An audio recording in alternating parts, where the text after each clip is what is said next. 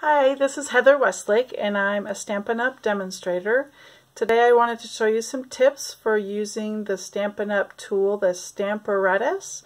I'm actually using some items that are going to be retiring with the annual catalog. I'm going to be using the Wonderful Moments stamp set and then some paper from the Free as a Bird Designer Series paper. Let me show you some things about the Stamparatus first. Comes with this great bag that you can order separately to go with it. It has handles, or you can do a shoulder handle over your shoulder. It unzips on both sides and has these great pockets in here. The other side has two pockets so that you can put things in there. The Stamparatus itself is different than some of the other ones on the market right now. There are ones that the plates don't move, but one of the great things about ours is that these plates are removable on the side. I'll show you more about how to use those. It comes with a ruler on the inside here, and then that's what you would use if you're going to stamp with clear mount stamps, because they have the extra bit of rubber on them. But if you're going to use our clear stamps or a photopolymer like this particular stamp set is, then you're going to want to go ahead and use this black foam mat that comes with the Stamparatus. They also sell separately this grid paper, and so it's great. I always use that and mark where my piece is going to need to go. You'll see why in a minute. Also comes with two magnets. Just want to warn you, they are very, very, very strong. You never want to use them together. If they snap together and you try to pull them apart, they can actually end up breaking. So you want to be really careful with them. I've actually put some extra washi tape around them and even kind of given them a little bit of a handle here so you have something to grab onto if you're trying to move it.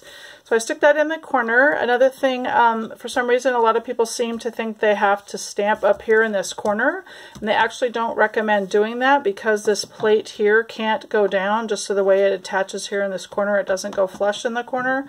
So it's actually better just to kind of use it somewhere out here in the middle. So that's what I always try and do. I am also just pretty particular about making sure nothing moves, so I actually put a little bit of extra washi tape and put some extra pieces here just to make sure it doesn't go anywhere.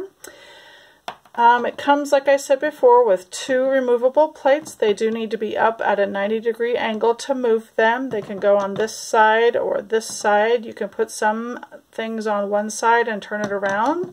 Like you'll see in a minute, that's what I've done to stamp with this stamp set, so I'll show you that in one moment. So I actually took a piece of thick Whisper White cardstock. That's what I'm going to stamp on today. I'm going to actually color with our Stampin' Blends, which are our alcohol markers, and so for sure you want to stamp it with a black Memento ink. That's what you're going to want to use when you're using alcohol markers. I've ahead of time marked on this grid paper where I need this to go. And I've already got the lady ready to go here in the center. It just sticks on. I'm not going to move it now, but if you wanted to know where to start, I would just set the lady right in the center where you want her to be with the rubber side down, and then just shut this and press firmly and it'll go ahead and pick it up onto the plate and you're ready to go. So I'm going to go ahead and get my Memento ink, and another thing you want to do is our Stampin' Pierce mat, which sadly they've taken out of the catalog, so if you don't have one of these you're going to want to get one right away before they sell out with the retiring catalog. So the important thing with that is to put it underneath this plate, otherwise it doesn't touch very well and it kind of bounces when you go to ink it up. So this way you've got a firm platform there and you can just go ahead and ink this up with it upside down here. Then you can just go ahead and swing it over and press down firmly and then lift it back up and she's right where she needs to be. Now the great thing, like I was saying about the Stampin' Up! Stamparatus, is that these plates can actually move. So what I've done is ahead of time I took the balloons and I took the present that was on the front here, these balloons and this present, and the way this stamp set is lined up, they have a little gap there. So if you just set the stamp down right over where her hand would be, it should be in the right place, and same with the present. There's a little gap in that loop for the present that her hand would be. So if you set those there, And I just lined those up, and so those are ready to go. So again, I just need to ink those up. And the cool thing, you could put as many things over here on this one plate as you wanted. You could do several colors, but it's even better if all the things on one side of the plate need to be inked up with the same color. Then you can just go to town, ink it up, and then go ahead and shut it. So again, just press firmly here and then lift it back up, and voila, it's magically lined up.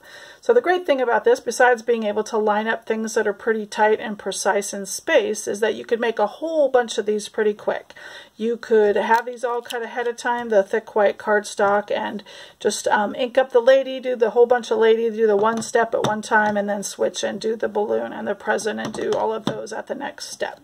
So that's good to go with that. I just want to show you really quick what else I did with that, and then I'll bring back the Stamparatus for you. The paper I used, like I said, is from the Free as a Bird. It's actually retiring as well. I think I'm on my second or third pack. It's just really pretty paper, double-sided paper with pretty birds and some real pretty pink dots that I like as well. So this is my card ready to go. My base, it's Pool Party. I've already taken some of the Free as a Bird Designer series and got it all ready to go on. And I've got a smaller strip I'm going to place here in the center. I'm going to go ahead and just show you really quick how you could do the blends. This isn't really a day for showing 50 things to you, so I'll talk about blends in more detail another day. But the great thing about them is that they are alcohol markers, so they blend together really well to make things look three-dimensional. You can order them right now singly. In the new catalog, they're actually going to be only purchased together. But they have a dark and a light, and then each one has two tips. There's a fine tip, I don't know if you can see that against the white there, or a brush tip. Just want to warn you with the brush tip, don't press hard.